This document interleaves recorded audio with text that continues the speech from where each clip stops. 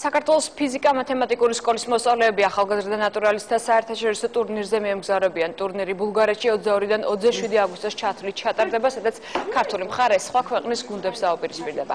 გამარჯვებულს კი ჟიური გამოავლენს. საქართველოს ნაკრებში სულ 6 მოსწავლეა, რომლებიც ფიზიკის, მათემატიკის, ბიოლოგიის და ქიმიის საკონკურსო ამოცანებში შეეჯიბრებიან სხვა ქვეყნების მონაწილეებს.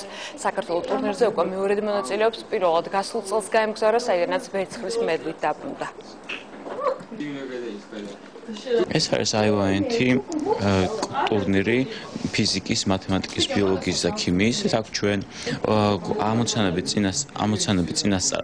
წინასწარ გვაქვს მოცემული და კვლევითი ტიპის ამოცანებია. კვლევა უნდა ჩავატაროთ, ექსპერიმენტები ჩავატაროთ, თეორია გამოვიმუშაოთ და ეს ყველაფერი შევადაროთ ერთმანეთს და შემდეგ პრეზენტაციის სახით წარუდგინოთ ჟიურის. ახალგაზრდა ნატურალისტთა საერთაშორისო ტურნირი, რომელიც მეორე წელია რაც ტარდება. შარშან იყო პირველი წელი და პირველი წელი საქართველოს მიიღო მონაწილეობა, ჩვენ ვიყავით შარშან.